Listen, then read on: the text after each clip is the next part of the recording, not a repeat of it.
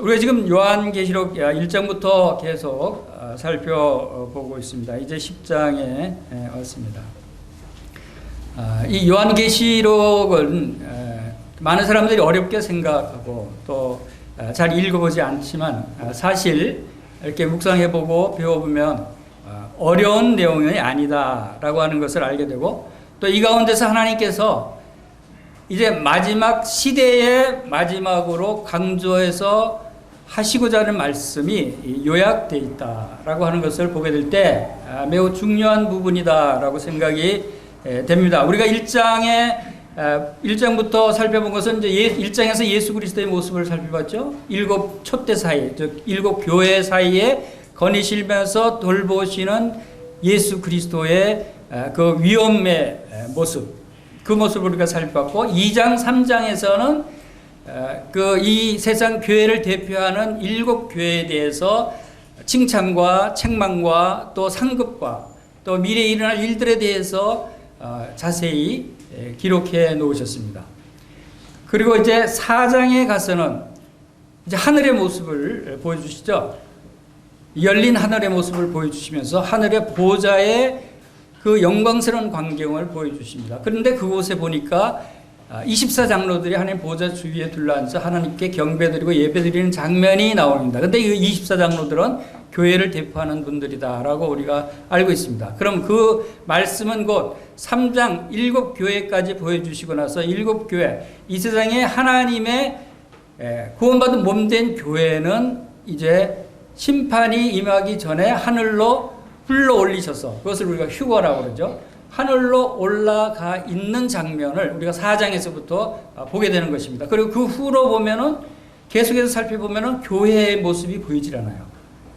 그것은 곧 바로 이 심판, 하나님이 이 세상을 마지막에 심판하실 그 엄청난 재앙이 임하시기 전에는 하나님의 구원받은 교회는 들어 올려서 공중에서 주님을 영접하게 하고 공중에서 하나님과 함께 하나님께 예배드리며 영광을 돌리는 모습을 보여주시는 것입니다.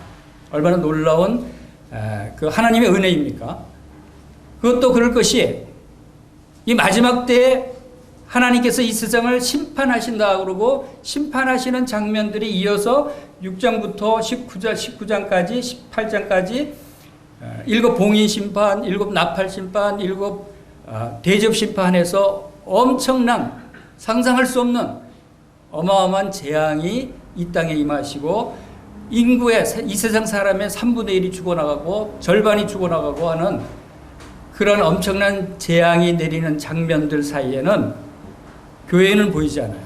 그것은 하나님께서 이 세상을 심판하시는 것은 구원받은 성도들을 심판하는 것이 아니라 믿지 않는 하나님께서 은혜를 베푸시고 예수 그리스도를 통해서 하나님을 믿을 수 있도록 많은 복음을 전하게 하시고 많은 증인들로 보내주셔서 그 하나님을 믿도록 했는데도 불구하고 하나님을 거부하고 배반하고 우상을 섬기는 그러한 이 세상 사람들, 그래서 이 땅의 사람들이라고 그래요. 이 요한계시록의 심판을 받는 사람들은 이 땅에 사는 사람들이라고 명합니다. 그리고 성도들, 교회는 어디에 사는 사람들이라고 그랬죠? 하늘에 사는 사람들로 구분을 했어요. 그래서 구원받은 성도들은 소속이 어디냐? 하늘이라는 거예요. 하늘에 사는 사람들로 구분하고, 구원받지 못한, 하나님을 배반하고 하나님을 믿지 않고 오히려 사탄을 쫓아가고 사탄을 숭배하고 우상을 숭배하는 하나님을 떠난 사람들은 이 땅에 거하는 자들인데, 이 요한계시록의 심판의 대상은 바로 이들이다. 이 땅에 거하는 사람들이다라고 하는 것을 우리가 살펴봤습니다. 그래서 그 가운데 이 심판들이 지금 우리가 9장까지 오면서 바로 7 봉인의 심판을 거쳤어요. 그리고 7 나팔 심판 중에서 6째 나팔 심판까지를 거쳤어요. 이제 마지막 7째 나팔이 이제 나올 순서인데, 그 사이에 사실 삽입 부분이라고 할 수 있는 그 사이에 지금 이 10장 말씀을 통해서 우리에게 놀라운 하나님의 비밀을 보여주죠. 놀라운 것은 이 요한계시록을 이렇게 묵상하다가 계속 놀라게 되는데, 계시록은 심판의 내용이에요. 이 세상을 심판하시기 위한 하나님의 말씀들인데, 이 심판이 끝이 아니고 그 심판을 하시면서도 하나님은 계속해서 이 세상 사람들, 땅에 있는 사람들을 사랑하셔서 그들이 회개하고 돌아오기를, 그들에게도 그러한 가운데서도 복음을 전하고 또 많은 증인들을 세우고 해서 그들을 구원하시기를 원하시는 하나님의 간절한 사랑의 심령을 발견할 수가 있었어요. 이 심판 중에서도. 그래서 우리가 지난 시간에 본 대로 여섯째 천사가 그 심판을 내릴 때 사람 3분의 1이 죽어나가는 엄청난 재앙 가운데서도 그 재앙 후에 하나님께서 뭐라고 말씀하시냐면, 그들이 회개하지 않는구나. 그래도 회개하지 않고 우상을 숭배하고 이러한 재앙을 내렸으면 정신을 차리고 돌아서야 되는데, 그래도 회개하지 않고 살인과 복술과 음욕과 도둑질을 회개하지 아니하는도다 하고 한탄하시는 하나님의 말씀이 기록되어 있어요. 하나님은 모든 사람이 구원받으며 진리의 말씀을 아는 데 이르기를 원하셔요. 하나님은 끝까지 참고 기다리셔요. 우리가 아무리 큰 죄를 지었다 할지라도, 우리가 아무리 하나님을 배반하고 떠났다 할지라도 마지막 순간까지도 하나님은 기다리고 계신다는 거예요. 여러분 가운데 아직 그런 분이 계신다면 여러분, 하나님은 끝까지 여러분을 기다리고 계신다는 사실을 기억하시길 바랍니다.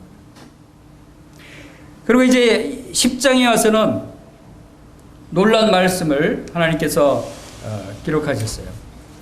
이 10장의 그 제목을 7절에 나와 있는 7절 끝에 복음과 같이 하나님의 그 비밀이 이루어지리라 하더라는 말씀이 있어요.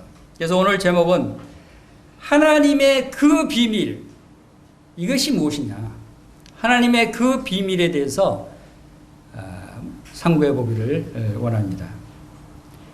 하나님의 그 비밀이 무엇인가? 이것은 The Mystery of God. 하나님의 그 비밀이 무엇인가? 이것이 심판 중간에 지금 삽입되어 있어요.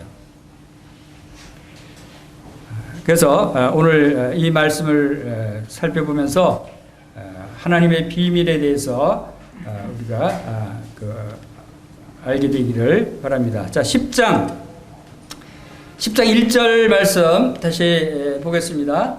10장 1절 다시 한번 읽어보겠습니다. 시작. 내가 또 보니 힘센 다른 천사가 구름을 입고 하늘에서 내려오는데 그 머리 위에 무지개가 있고 그 얼굴은 해 같고 그 발은 불기둥 같으며 2절 3절까지 그 손에는 표노인 작은 두루마리를 들고 그 오른발은 바다를 밟고 왼발은 땅을 밟고 사자가 부르짖는 것 같이 큰 소리로 외치니 그가 외칠 때 7 우레가 큰 소리를 내어 말하더라. 제가 갑자기 목소리가 커지죠. 이 말씀 내용이 큰 우레 소리로 크게 말하더라라고 하시니까 제 목소리도 커야 되겠죠. 하나님의 말씀은 굉장히 큰 말씀이 큰 목소리로 하셔요. 지금 이 10장 말씀을 읽어보면서 제가 놀랐어요. 아, 하나님은 이렇게 말씀하시는구나. 여러분, 하나님이 소곤소곤 여러분에게 말씀하셔요?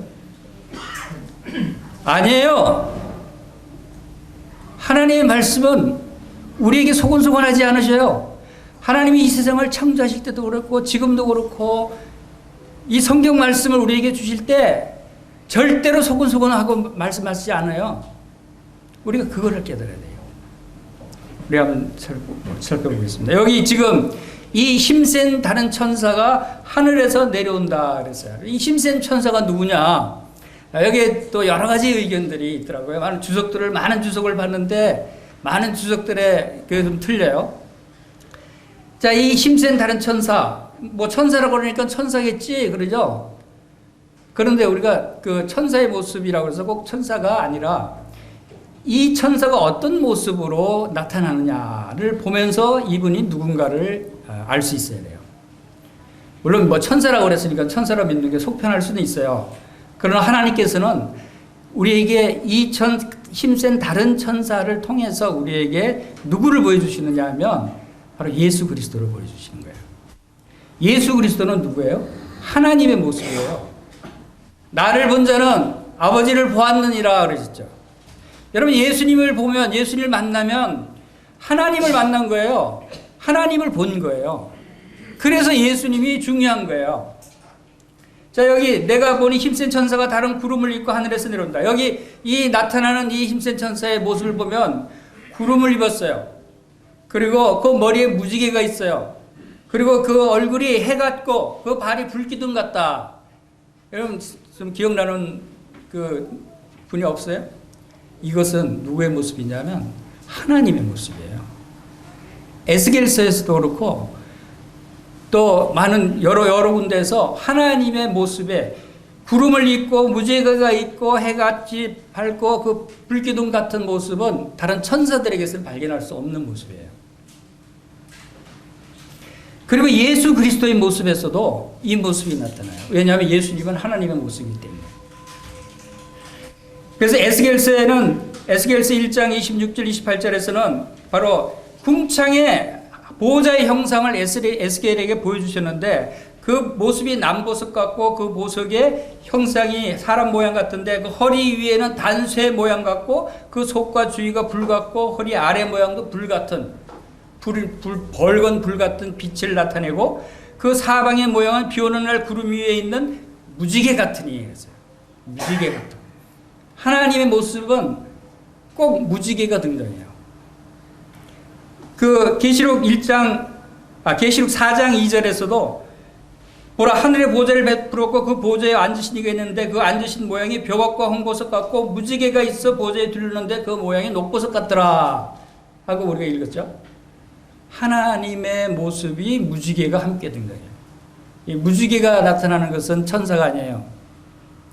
하나님만의 모습이에요. 빛이신 하나님. 그리고 이 무지개는 곧 또 약속, 언약의 하나님을 나타내요. 그렇죠? 노아 홍수 후에 구름 위에 무지개를 보여주시면서 이제 다시는 물로 심판하지 않겠다 하고 약속하신 그 증표가 무지개였어요.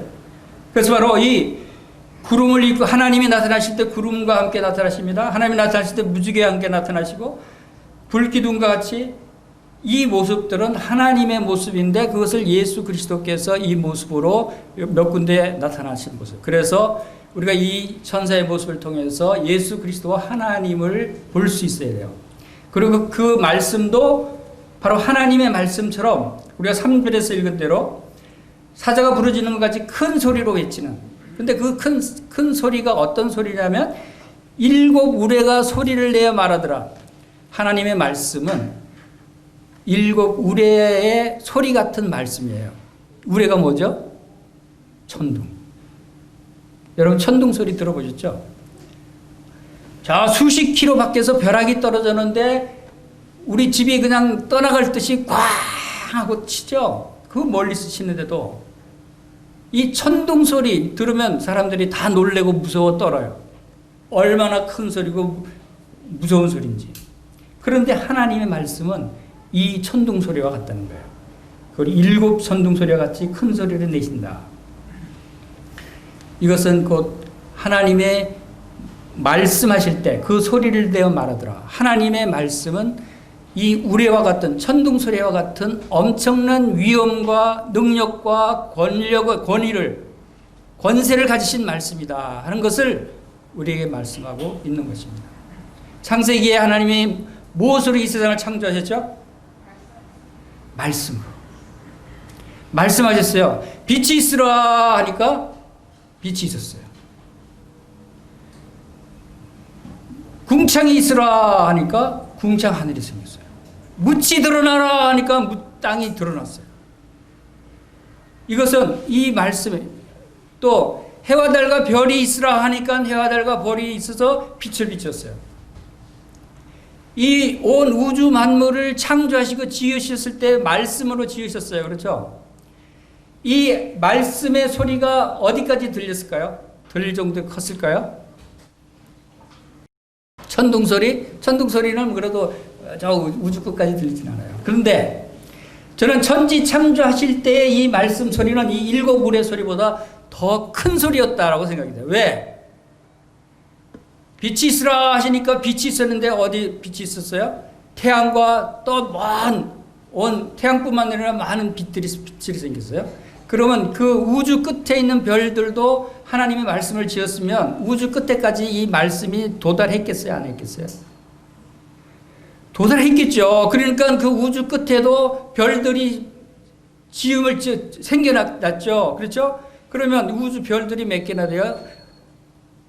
태양계가 속해 있는 은하계만 해도 1000억 개의 별이 있다고 합니다. 그리고 그러한 은하계가 1000억 개가 더 있대요. 어마어마한, 우리가 상상할 수 없는 어마어마한 넓은 것이 우주예요. 그 우주 끝에까지 하나님의 소리, 말씀이 전달이 될 정도로 큰 소리가 아니겠느냐 이거예요. 그러니까 거기에 창조가 돼 있죠. 그렇죠? 그 생각을 하니까 막 떨려요. 그러면 하나님이 우리에게 말씀은 어떻게 하십니까? 우리에게도 이렇게 큰 소리로 말씀하시지 않겠어요? 여러분 성경책을 읽을 때 이 하나님의 큰 음성 들어보셨어요? 여러분 심장이 쿵쿵 심쿵하는 소리가 안 들려요? 쿵쿵 또 떨리지 않았어요? 그것을 느낄 수 있어야 하나님의 음성을 듣는 거예요. 하나님의 음성은 우리의 심장을 쿵쿵 뛰게 만들어요. 얼마나 크고 놀라운 음성인지. 이런 능력의 말씀이 바로 이 하나님의 말씀이라는 거예요. 빛이 있으라 하시며 빛이 있게 하셨던 그 하나님께서 바로 예수 그리스도의 얼굴에 있는 하나님의 영광을 나는 그 빛을 우리 마음속에 비춰주셨어요. 이 말씀을 통해서. 우리 속에 바로 이 하나님의 영광을 나는 빛이 들어오셨어요. 그것이 누구예요? 예수 그리스도예요. 예수 그리스도. 그래서 바로 하나님께서 우리에게 말씀하시는 모든 성경 말씀을 들을 때, 이 설교를 들을 때도 여러분 하나님의 큰 우레 같은 음성으로 여러분의 심장이 쿵쿵 뛰게 역사하는 하나님의 말씀이 되시기를 축원합니다. 이것이 제가 바라는 거예요. 간절히. 말씀을 읽다 보니까 야 이거 우리가 왜 매일 말씀을 읽고 말씀을 듣고 해도 변화가 없지? 감동이 안 되지? 이러죠? 여러분 말씀이 얼마나 많이 여러분에게 홍수처럼 들려요? 뭐 스마트폰에 매일 말씀 보내는 사람이 있지, 또 성경책 읽지, 뭐 말씀 GNTV 말씀 듣지. 그래도 왜 감동이 없어요? 이 말씀이 우리 같은 큰 소리로 우리의 심장을 찌르지 쿵쿵하지 하지 않기 때문에 우리의 감동이 없는 거예요. 그 말씀을 크게 받아들이지 않기 때문에. 바로 이러한 하나님의 말씀을 우리가 심령으로 큰 소리로 이제 앞으로 받으시길 바랍니다. 그러면 여러분이 심장이 뛰게 될 것입니다. 여러분 사랑하는 사람 볼 때 그때만 심쿵할 것이 아니라 하나님 말씀을 대할 때도 여러분이 심쿵하시기 바랍니다. 심장이 감동을 쿵쿵 뛰게 되시는 감동을 느끼게 되시기를 바랍니다. 4절 보겠습니다. 4절에서 6절 함께 읽겠습니다. 시작.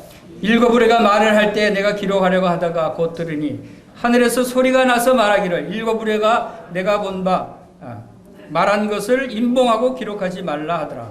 내가 본 바 바다와 땅을 밟고 서 있는 천사가 하늘을 향하여 오른손을 들고 세세토록 살아계시니 곧 하늘과 그 가운데 있는 물건이며 땅과 그 가운데 있는 물건이며 바다와 그 가운데 있는 물건을 창조하신 이를 가리켜 맹세하여 이르되 지체하지 아니하리니.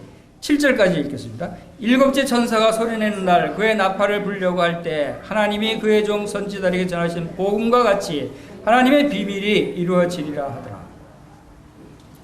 자, 이제 이 큰 소리로 말할 때 이제 사도 요한이 지금 그 말씀을 듣고 야 이렇게 중요한 말씀이라고 기록하려고 그랬어요. 기록해서. 그런데 하늘에서 소리가 났습니다. 하늘에서 소리가 났다고 하는 것은 누구의 말씀이겠어요?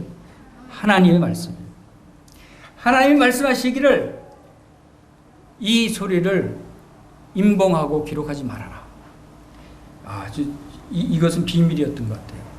이 말씀은 기록하지 말라고 해서 우리에게 알려지지 않은 말씀이에요. 근데 하나님이 임봉하고 기록하지 말라고 하는 걸 억지로 풀려고 그러면 안 되겠죠. 그래서 이거는 넘어갑니다. 무슨 말씀인지 궁금하지만 이것은 우리가 알 필요가 없는 말씀이에요. 그런데 이제 보니까 이 천사가 2절에서도 말씀하셨지만 바다와 땅을 밟고 오른발은 바다를 밟고 왼발은 땅을 밟고 서 있는 그 모습이에요. 이거 얼마나 어마어마하게 크신 분이십니까? 그것은 온 세상을 딱 발로 밟고, 그 발이 어떤 발이에요? 불기둥 같은 발로. 이것은 온 세상을 정복하고 지배하고 다스리시는 하나님의 모습이다. 예수 그리스도의 모습이다 라고 하는 것을 우리가 여기서 볼 수 있겠죠. 그런데 그리고 오른손을 들고 하나님께 맹세하는 장면입니다. 자, 하나님을 누구라고 부릅니까? 6절에 첫째, 하나님은 세세토록 살아계신 분이십니다 라고 고백합니다. 세세토록 살아계신 그런데 세세토록 살아계신 이 하나님이 또 어떤 분이신가 하면 또 서술하기를 하늘에 있는 모든 것, 땅에 있는 모든 것, 바다에 있는 모든 것을 창조하십니다. 지으신 분이시라는 거예요. 우주 만물을 창조하신 분이시다. 세세토록 살아계시고 만물을 창조하신 그분께 맹세하기를 지체하지 않겠습니다 하는 거예요. 뭐를 지체하지 않겠다고요? 그게 7절에 나오죠. 뭐를 지체하지 않느냐? 그것은 일곱째 천사가 소리내는 날 그의 나팔을 불려갈 때 하나님이 그 선지자들에게 전하신 복음과 같이 하나님의 그 비밀이 이루어지리이다. 즉 일곱째 나팔을 불 때 하나님의 그 비밀을 이루어지게 하겠습니다 라고 하는 뜻이에요. 그 비밀. 이것이 바로 오늘의 주제입니다. 그 비밀이 무엇입니까? 그것은 바로 하나님의 종 선지자들에게 전하신 복음과 같이, 여기 힌트가 있죠? 바로 이것은 복음이라는 것입니다. 크게 얘기해서 복음이라고 얘기할 수 있습니다. 이 복음은 뭡니까?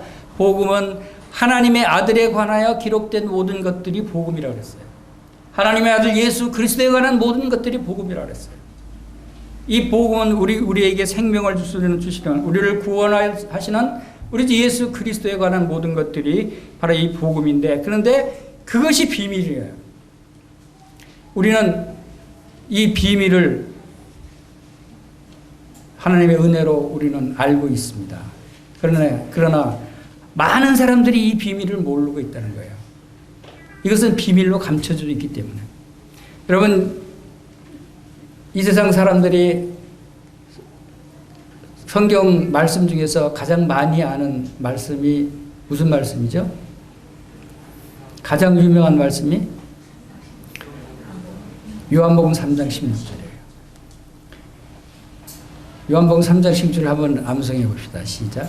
하나님이 세상을 이처럼 사랑하사 독생자를 주셨으니 이누들이 저를 믿는 자마다 멸망하지 않고 영생을 얻게 하려 하십니다.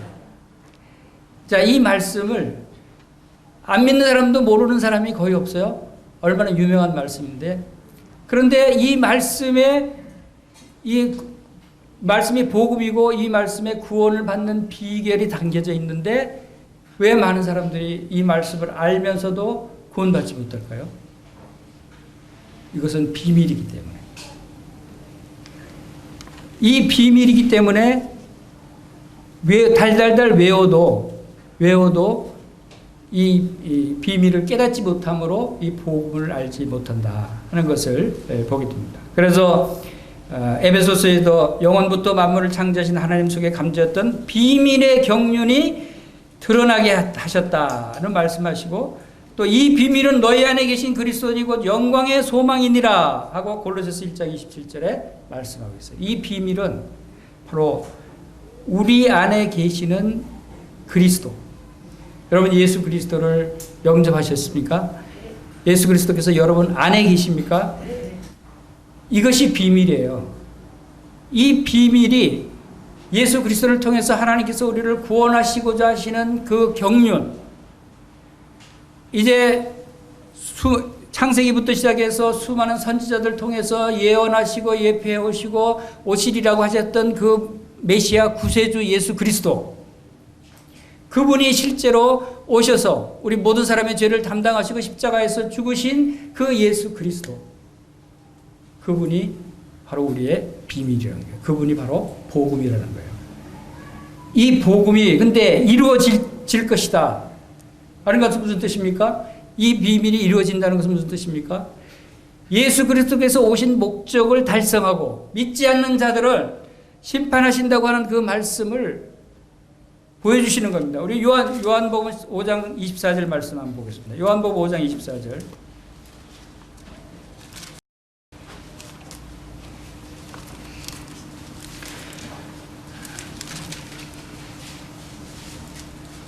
신약성경 150쪽, 요한복음 5장 24절, 신약성경 150쪽. 다 같이 한번 24절, 25절 같이 읽어보겠습니다.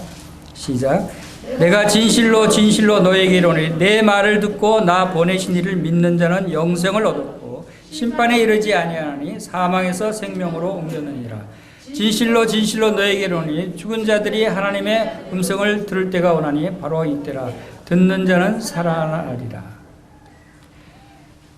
그리고 26절 27절 읽어보겠습니다. 시작. 아버지께서 자기 속에 생명이 있음 같이 아들에게도 생명을 주어 그 속에 있게 하셨고 또 인자됨으로 말미암아 심판하는 권한을 주셨느니라.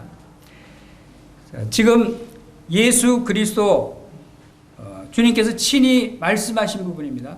그리고 내 말을 듣고 나 보내신 이를 믿는 자는 영생을 얻었고 믿는 자는 영생이 있다고 하는 말씀을 하시면서 어디서 어디로 옮겼다고요?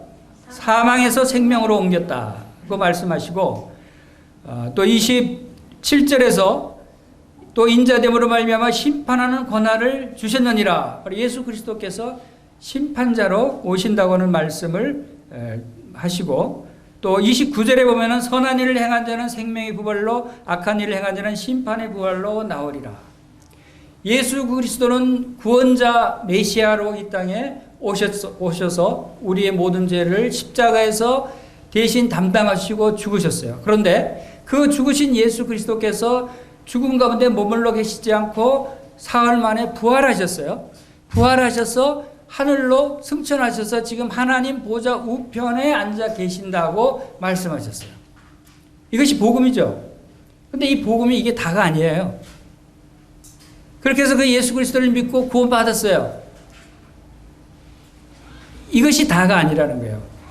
바로 왜 이 복음이 하나님의 그 비밀로 왜 요한계시록 10장 7절에 이렇게 엄청난 재앙의 심판 가운데 딱 다시 한번 그것을 하나님의 그 비밀, The Mystery of God, The Mystery라고 강조하고 계실 거예요. 이것은 예수 그리스도께서 다시 심판주로 오신다는 거예요. 오셔서 믿음으로 말미암아 영생을 얻지만 믿지 않는 자에게는 영원한 심판을 받을 수밖에 없고 영원한 멸망을 당할 수밖에 없고 영원한 사망을 당할 수밖에 없다는 사실이 이루어진다는 거예요. 이것이 마지막 요한계시록 때 이 복음의 전체가 완전하게 성취되는 그 일을 지금 이 천사는 7 나팔을 불 때 바로 하나님의 그 비밀이 이루어지게 하겠습니다 하고 하나님께 맹세하는 거예요. 이것은 아직 이 심판 도중임에도 불구하고 아직 끝나지 않았다는 거예요. 이때까지 그들이 예수 그리스도를 영접하고 그것을 구원 받을 수 있는 기회가 있다고 하는 사실을 또 여기서 나타내고 있는 것입니다. 우리 요한계시록으로 돌아가서 요한계시록 10장에 이제 8절, 9절, 10절, 11절 끝부분을 살펴보겠습니다. 요한계시록 409쪽 8절, 9절, 10절, 11절 같이 읽겠습니다. 시작.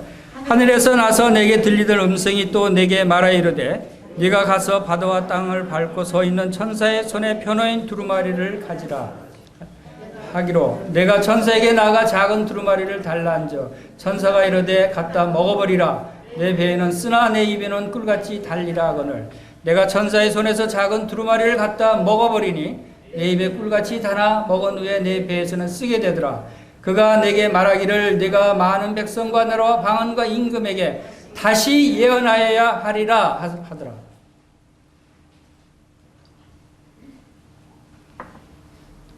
여러분 말씀에 놀라운 비밀이 또 담겨져 있어요. 여기 하늘에서 음성이 났는데 또 이거 하나님이 또 말씀하시는 거죠.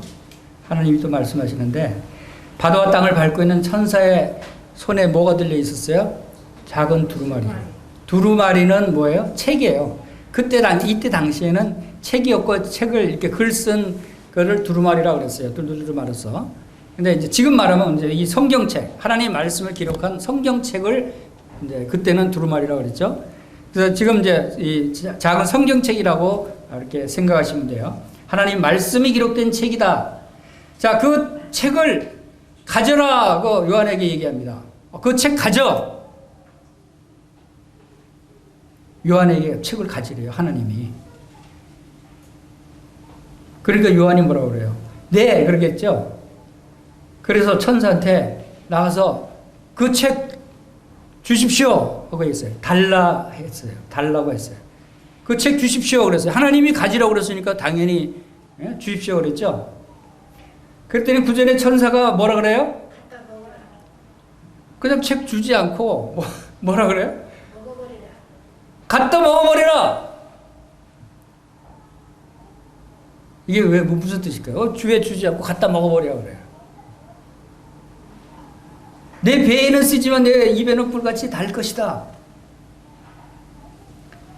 여러분 하나님 말씀을 기다리세요? 하나님 말씀해 주기를 여러분 기다리세요? 하나님 말씀을 듣기를 원하세요?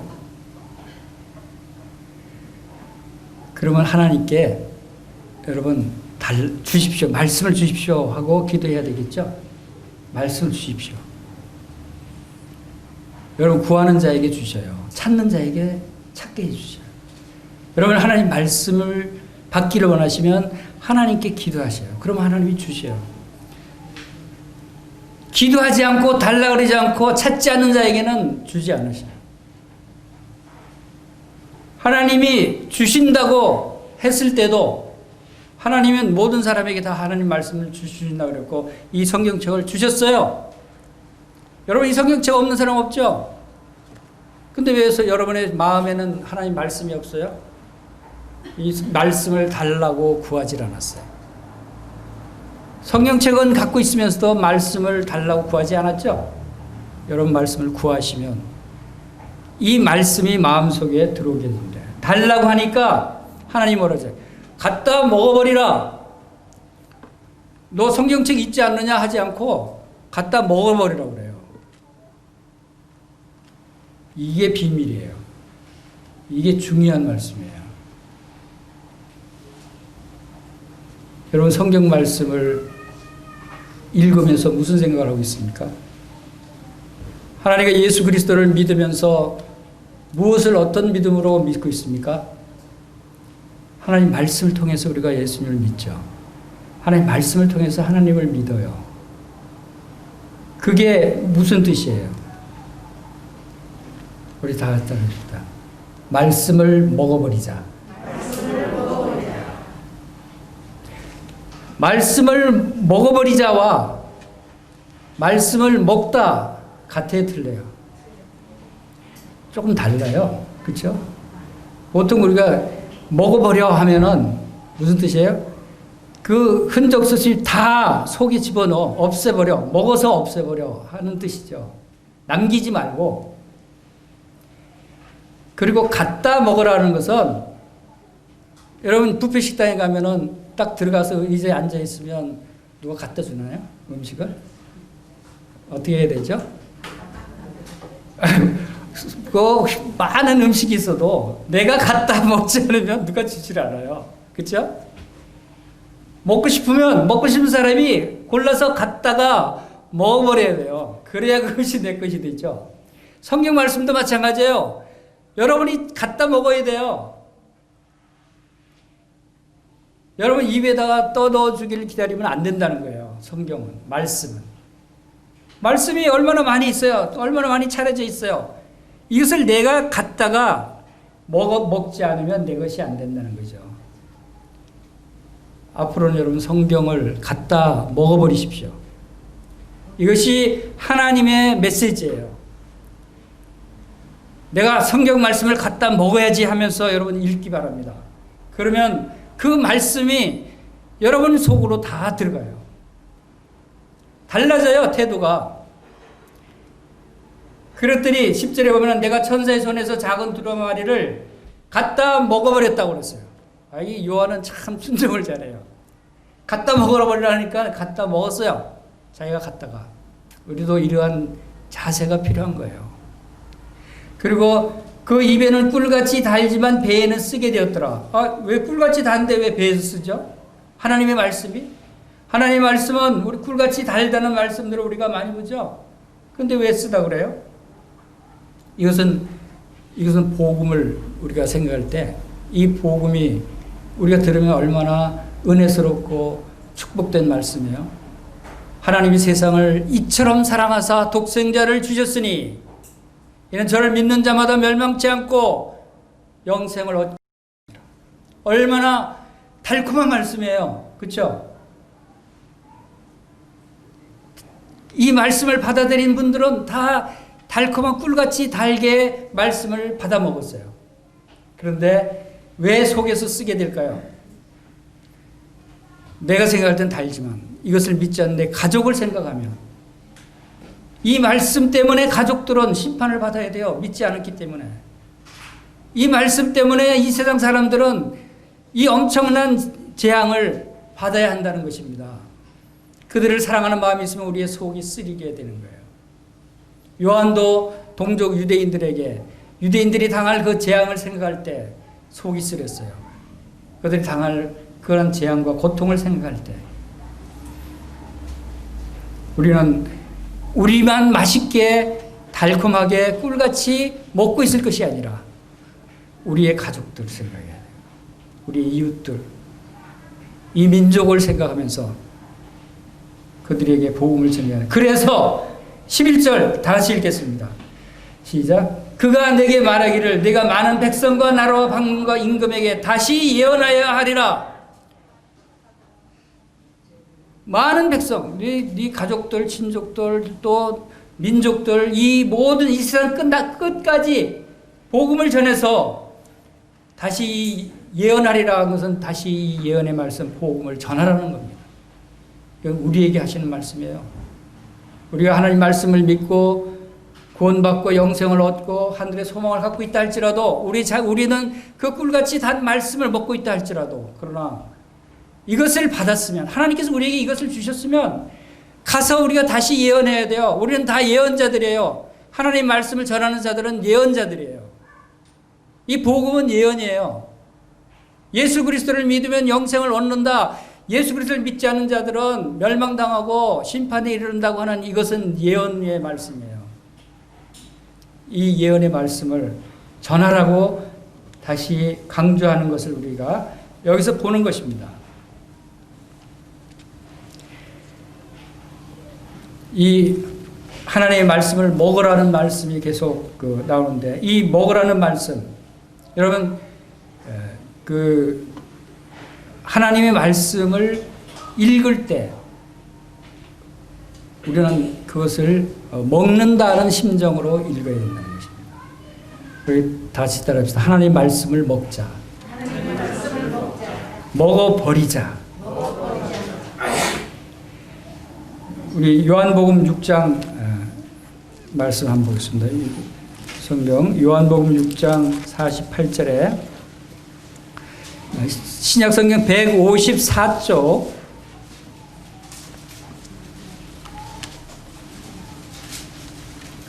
신약성경 154쪽입니다. 6장 48절부터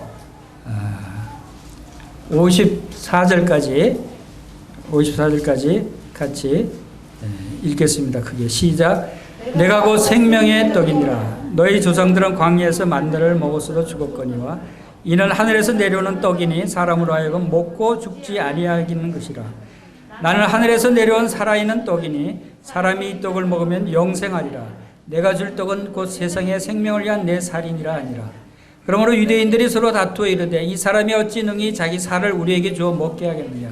예수께서 이르시되 내가 진실로 진실로 너희에게 이르노니 인자의 살을 먹지 아니하고 인자의 피를 마시지 아니하면 너희 속에 생명이 없느니라. 내 살을 먹고 내 피를 마시는 자는 영생을 가졌고 마지막 날에 내가 그를 다시 살리리니. 55절 내 살은 참된 양식이요 내 피는 참된 음료로다. 성경에 여러 군데 하나님 말씀 이 두루마리를 먹어라가 먹을 것에 대해서 말씀하십니다. 에스겔서 3장에서도 이 두루마리를 먹어라고 말씀을 하셨어요. 예수님은 거기에 그치지 않고 예수님 자신을 먹으라고 자기의 살과 자기의 피를 먹으라고 내어주십니다. 이게 어찌된 일이죠? 무슨 말이죠? 자, 우리가 먹는다. 지금 오늘 이 요한계시록 10장 말씀은 하나님의 말씀을 먹는 것의 중요한 중요성에 대해서 강조하고 있다라고 보여집니다. 예수님의 살과 피를 먹는다고 하는 것은 예수님을 먹는 거예요. 자, 예수님을 먹는다는 것은 하나님께서 이스라엘 백성들에게 광야에서 하늘에서 내려온 양식인 만나를 내려서 먹게 했어요.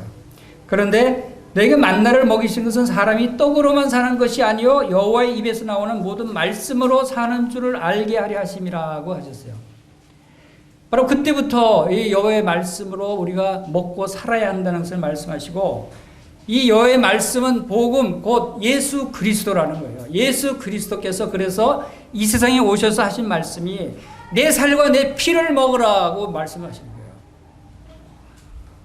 거예요. 우리가 그 상식적으로 이성적으로 이해할 수 없는 말이죠. 어떻게 그래서 유대인들도 그랬어요. 유대인들도 서로 다투어서 이 사람이 어찌 능히 자기 살을 우리에게 주고 먹게 하느냐. 이상하잖아요. 식인종도 아니고 어떻게 예수님 살과 예수님의 피를 먹으라 그래요. 근데 이것은 무슨 말씀이죠? 요한복음 6장 63절 그 옆에 6장 63절 보세요. 같이 읽겠습니다. 시작. 살리는 것은 영이니 육은 무익 아니라 내가 너희에게 이른 말이 영이요 생명이라. 예수님은 지금 영에 대해서 말씀하고 있는 거예요. 살리는 것은 영이에요. 육은 무익해요. 육은 아무 유익한 것이 없어요. 그리고 바로 이 내가 너에게 이르는 말은 영에 관한 말씀이고 생명에 관한 말씀이에요. 예수님을 먹는다는 것도 영적인 의미에서 말씀하고 있다 하는 것을 우리가 여기서 알 수 있죠. 그래서 먹는다는 것은 쉽게 말씀드려서 음식을 먹으면 왜 유익합니까? 그 음식이 밥을 먹으면 밥에 칼로리가 있어서 내 몸에 유익하죠. 또 고기를 먹으면 단백질이 내 몸에 흡수되죠. 또 야채를 먹으면 비타민C가 흡수되죠. 고기와 밥과 단백질 이런 것들이 내 몸에 그런 것들로 유익하게 돼서 내 몸에 힘을 얻고 에너지를 얻고 자라게 한다는 것을 알기 때문에 믿고 먹는 거죠. 음식이 그런 것이 아니고 내 몸에 해로운 것이고 이거 뭐 유익한지 아닌지 모르면 누가 음식을 먹어요. 그렇죠? 음식의 그 실체에 대해서 믿음이 있기 때문에 먹는 거예요. 물론 그 속에 누가 뭐 독약을 탔는지 뭔지 그 불안해서 못 믿는 사람은 못 먹겠죠. 마찬가지로 예수님을 먹는다는 것은 그 무엇을 의미하냐면 예수님을 믿을 때 먹을 수 있는 거예요. 그분이 나에게 영생을 주시는 분이고 그분이 나를 구원하시는 구세주이시다. 하나님의 아들로 오신 분이시다라는 하는 믿음이 있을 때 먹는 거예요. 그래서 우리가 예수 그리스도를 믿음에 대해서 많은 말씀을 하죠. 주로 이제 먹는 거에서 대신 얘기 별로 안 해요. 그런데 믿음에 대해서 많이 얘기해요. 근데 믿음에 대해서 얘기할 때 어쩌면 좀 추상적이에요. 참 이해가 안 가는 분들이 있어요. 그래서 믿지 못하는 분들이 그런 것 같아요. 믿음을 얘기할 때 믿는 게 뭐지? 어떻게 해야 믿지? 좀 추상적이에요. 그렇죠? 히브리서 11장 1절에서는 믿음은 그 바라는 것들의 실상에 보지 못하는 것들의 증거라고 말씀을 하셨지만 바라는 것들의 실제로 어떻게 나한테 실상이 되지? 그런데 그 믿음이 이해가 잘 안 갈 때는 먹는 걸로 비유를 해보세요. 먹는 거. 예수 그리스도를 먹어야 하는 거예요. 믿음과 먹는 거는 관련이 있어요. 같은 의미를 가지고 있다 하는 것을 이 말씀을 묵상하면서 다시 생각하게 됐습니다. 믿음이 무엇인가? 그것은 먹는 것이다. 먹는 것에 비유라. 먹는 것은 예수 그리스도를 믿는다고 하는 것은 예수 그리스도를 먹는 거예요. 음식이 내가 먹어서 소화가 돼서 내 온 지체로 퍼져서 나의 에너지 근원이 되듯이 예수 그리스도를 먹으면 내 속에서 예수 그리스도의 성품이 나의 온 지체에 퍼져서 나의 성품으로 변화되는 거예요. 그래서 내 성품이 예수 그리스도의 성품으로 나타나는 거예요. 그래서 예수님이 내 입을 통해서 말씀하시고, 예수님이 내 손을 통해서 행하시고, 내 머리, 내 마음을 통해서, 내 심장을 통해서 예수님이 사랑하시는 거예요. 이것이 예수님을 먹을 때 나타나는 현상이에요. 여러분이 사랑하고 싶으십니까? 예수님을 먹어야 돼요. 그 예수님이 내 몸에 퍼져서 내 심장 속에 예수님의 성품이 들어가야 예수님이 내 심장으로 사랑하는 거예요. 그래서 갈라디아서 2장 20절 보겠습니다. 갈라디아서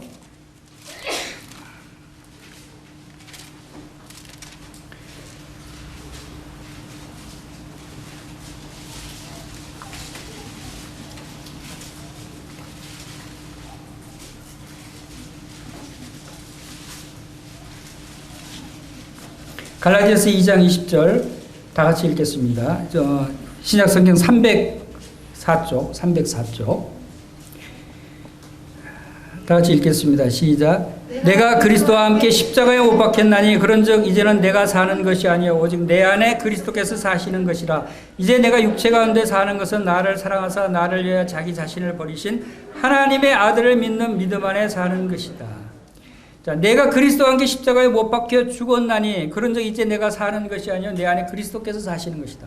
이 말씀이 로마서 6장에서 그리스도와 연합해서 그리스도와 함께 내가 십자가에서 죽었고 함께 장사 지낸 바 되었고 함께 부활된 그리스도와의 연합된 관계를 설명해서 내가 그리스도와 하나됨, 연합된 관계다라고 하는 것을 강조하셨어요. 그리고 또 여기서는 이제 내가 사는 것이 아니라 내 안에 그리스도께서 사신 것이다. 나와 그리스도와 하나가 된 상태. 이것은 어떻게 가능합니까? 예수 그리스도를 먹을 때. 예수 그리스도를 내 안에 먹을 때 이것이 가능해지는 것입니다. 그래서 계시록 3장 20절에 요한계시록 3장 20절에 볼지어다 내가 문 밖에 서서 두드리노니 누구든지 내 음성을 듣고 문을 열면 내가 그에게로 들어가 그와 더불어 먹고 그는 나와 더불어 먹으리라는 말씀이 바로 우리의 마음 문을 열면 주님께서 내 안으로 들어오셔요. 우리가 주님을 먹는 거죠. 그러면 나는 주님과 더불어 먹고 주님은 나와 더불어 먹는다라는 말씀을 하시는 거예요. 이것이 내 안에 예수님이 들어오시는 거예요. 그래서 내 안에 들어오신 예수님께서 내 안에서 사신다. 예수님이 내 안에 살으세요. 사시는데 가만히 있는 것이 아니라 내가 말하고 행동하고 행하는 모든 일들에서 예수님이 행하시도록 우리가 예수님께 내어드리는 것이 바로 이런 모습을 의미하는 것이다 하는 것입니다. 그래서 예수 그리스도를 먹는다고 하는 것은 이렇게 놀라운 비밀을 우리에게 말씀해 주고 있습니다. 인자의 살을 먹지 않고 인자의 피를 마시지 아니하면 너희 속에 생명이 없느니라. 이것은 우리에게 영생, 생명이 있다고 하는 것은 예수님의 살과 피를 먹어야 한다는 것입니다. 그것이 우리가 요한복음 3장 16절에서는 믿음이라고 표현했죠. 바로 내 말을 듣고 나 보내신 이를 믿는 자는 영생을 얻었고, 믿는 자, 믿음이라고 하는 것이 바로 이 예수님을 먹는 것의 의미를 나타내고 있는 거예요. 그리고 요한일서 5장 13절에서는 내가 하나님의 아들의 이름을 믿는 너에게 이것을 쓴 것은, 이 성경을 기록한 것은 너희로 하여금 영생이 있음을 알게 하려 할지니라. 여러분 성경 말씀을 읽고 믿으셨으면 여러분이 무엇을 알 수 있어야 하냐면 여러분에게 영생이 있는 것을 알아야 돼요. 만약에 성경 말씀을 열심히 공부하고 읽었는데도 불구하고 내 속에 영생, 영원한 생명, 천국에 갈 수 있는 영원한 생명이 있는 것을 알지 못한다면 여러분은 믿음이 없는 거예요. 여러분은 예수님을 먹지 않은 거예요. 여러분은 예수님을 마음문을 열고 받아들이지 않은 거예요. 영접하는 자 곧 그 이름을 믿는 자들에게는 하나님의 자녀가 되는 권세를 주셨으니 하는 영접, 곧 예수님을 먹는 거예요. 이 세상에 누가 자기 살과 자기 피를 먹으라고 내주는 사람이 누가 있어요? 이 세상에 어떤 종교 지도자가, 어떤 종교 창설자가, 어떤 신이 자기 살과 자기 피를 사람들에게 먹으라고 내주는 그런 신이 어디 있어요? 예수님밖에 없어요. 예수님은 자기 살과 자기 피, 자기 몸, 자기 생명, 목숨을 우리에게 주셨어요. 내어주신 거예요. 그리고 우리와 함께 살기를 원하시는 것입니다. 그래서 우리는 예수님을 먹었기 때문에, 받아들였기 때문에, 믿었기 때문에 우리는 영생이 있다고 하는 것입니다. 여러분, 그리스도인들은, 구원받은 성도들은 보통 사람들이 아닙니다. 여러분, 그리스도인들을 잘못 생각하면 안 돼요. 보통 사람들이 아니에요. 우리 고린도후서 5장 17절 보겠습니다. 고린도후서 5장 17절, 신약성경 291쪽, 신약성경 291쪽 찾으시면 함께 읽어보겠습니다. 시작. 그런즉 누구든지 그리스도 안에 있으면 새로운 피조물이라. 이전 것은 지나갔으니 보라 새 것이 되었도다. 여러분, 이 말씀 잘 알죠? 이게 무슨 뜻입니까? 저는 이 말씀을 다시 묵상하면서 가슴이 쿵쿵쿵쿵 거리는 거예요. 가슴이 막, 오늘 아침에도 가슴이 쿵당쿵당 했어요. 새로운 피조물이다. 이게 무슨 뜻이에요? 하나님이 창세기에 이 세상을 창조하셨어요. 우주 만물과 그 하늘에 있는 것과 땅에 있는 것과 물속에 있는 것과 모든 것들을 다 하나님이 창조하셨다고 했어요. 그리고 우리 인간을 창조하셨어요. 창조가 끝났어요. 모든 것을 다 창조하셨죠. 그런데 새로운 창조, 지금까지 창조했던 그 속에 인간이 있어요, 없어요? 사람이 있어요, 없어요? 사람은 다 창조했어요. 그렇죠? 흙으로 사람을 다 지었는데 이제 와서 새로운 피조물이 있다는 거예요. 누가? 바로 우리가 새로운 피조물이라는 거예요. 새로 창조된 피조물들이라는 거예요. 그러면 아담과 하와를 창조할 때 그 피조물, 그 인간 피조물하고 우리하고 같아요, 틀려요? 여기 새로운 피조물이라고 하는 것은 그 원어상으로 카이노스, 새로 카이노스라고 하는 건 단어인데 헬라어로 새로운 종류, 전혀 없던 것, 전대미문의 것, 신기한 이런 뜻을 가지고 있어요. 자, 이 우리가 새로운 피조물이는데 우리의 존재는 전에 없던 것이에요. 전대미문의 것이에요. 신기한 것이에요. 과거에 창조된 인간과 틀리다는 거예요. 아담의 후손과 틀려요. 아담의 후손이 아니라는 거예요. 놀랍지 않아요, 여러분? 놀라지 않으시네. 여러분, 아담의 후손이 아니에요. 태초에 창조하실 때 인간을 지으셨던 그 흙으로 빚어서 인간을 지은 아담, 그 후손들, 창조된 후손들, 그 피조물이 아닌 전혀 새로운 피조물을 하나님이 다시 만드셨다는 거예요. 이게 이 새로운 피조물의 의미예요. 처음 아담을 지었을 때는 아담이 왜 흙으로 지었겠어요? 이 지구상에서 지금 현재 기존의 우주 만물과 이 지구의 환경에 적합하게 지었어요. 거기 살기에 적합하게.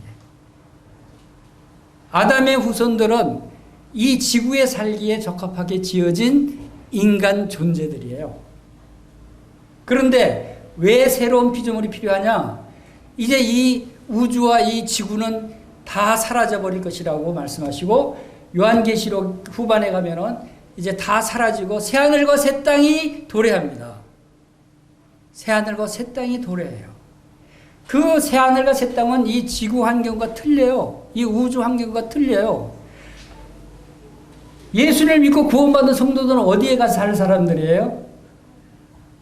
지구에 영원히 살 사람들이에요? 새하늘과 새 땅에 가서 영원히 살 사람들이에요. 지구에서 만들어진 사람이 거기 가서 영원히 살 수 있겠어요? 없겠어요? 살 수 없어요. 안 맞아요. 그러니까 하나님께서는 새하늘과 새 땅에서 영원히 살 인간을 다시 창조를 하셔야 됐어요. 그곳에서 하나님과 영원히 행복하게 살 수 있는 인간을 다시 창조하신 거예요. 그것이 이 새로운 피조물이에요. 근데 이게 누구라고요? 여러분들이에요. 여러분들은 이 지구에 살 수 있게 지어진 사람들은 그래서 옛사람이라고 그래요. 옛사람. 그리고 새사람이라고 그래요. 그렇죠? 구원받은 사람을 새사람이라고 그러고 과거를 옛사람이라고 그래요. 옛사람은 죽었다고 해요. 필요 없어요. 무익해요. 육은 무익하다 그랬어요. 이제 쓸데없어요. 육은. 옛사람은 이제 쓸데없어요. 왜? 이 지구가 없어질 것일까? 이제는 새하늘과 새 땅에서 영원히 하나님과 예수 그리스도와 함께 살 그 인간 존재를 새로 만들어야 되는 거예요. 그래서 예수 그리스도를 통해서 하나님의 말씀으로 우리가 새롭게 다시 태어난 그래서 거듭난 자다라는 얘기예요. 거듭난. 다시 태어난 자다. 그래서 이 말씀은 우리는 그래서 이제 새로운 사람들이고 우리는 새로운 영을 가졌고 우리는 새로운 말씀과 새로운 찬송을 부를 수 있는 겁니다. 그래서 새로운 이것이 하나님의 그 비밀이에요. 하나님의 말씀을 먹을 때 우리는 이 새로운 사람의 생명을 갖게 되는 거예요. 하나님의 말씀을 먹을 때 우리는 예수 그리스도를 먹게 되는 것이고 예수 그리스도를 먹는 자는 영생을 얻는 것입니다. 이 영생을 얻은 자는 새로운 피조물이에요. 이 세상에 살 사람이 아니고 새하늘과 새 땅 영원한 곳에서 살기에 합당한 새로운 영으로 성령으로 지음을 받은 새로운 사람이다 라고 하는 것이 이게 감춰져 있는 비밀이에요. The mystery of God. 하나님의 그 비밀. 이것이 복음이에요. 그래서 작은 두루마리를 갖다 먹어라. 이것은 자기가 갖다 먹어야 돼요. 믿음의 선한 싸움을 싸우라. 영생을 취하라. 라고 말씀하셨듯이 자기가 하나님의 말씀을 가져다가 먹어버려야 돼요. 먹어버린다는 것은 완전하게 남겨두지 말고 다 갖다가 먹고 없애고 내 속으로 담으라는 뜻입니다. 여러분들이 이 비밀을 깨닫고 여러분 자신이 예수 그리스도를 먹고 하나님의 말씀을 먹으면서 살아가는 하나님의 충성된 성도들이 되시기를 간절히 축원합니다. 다 같이 기도하겠습니다.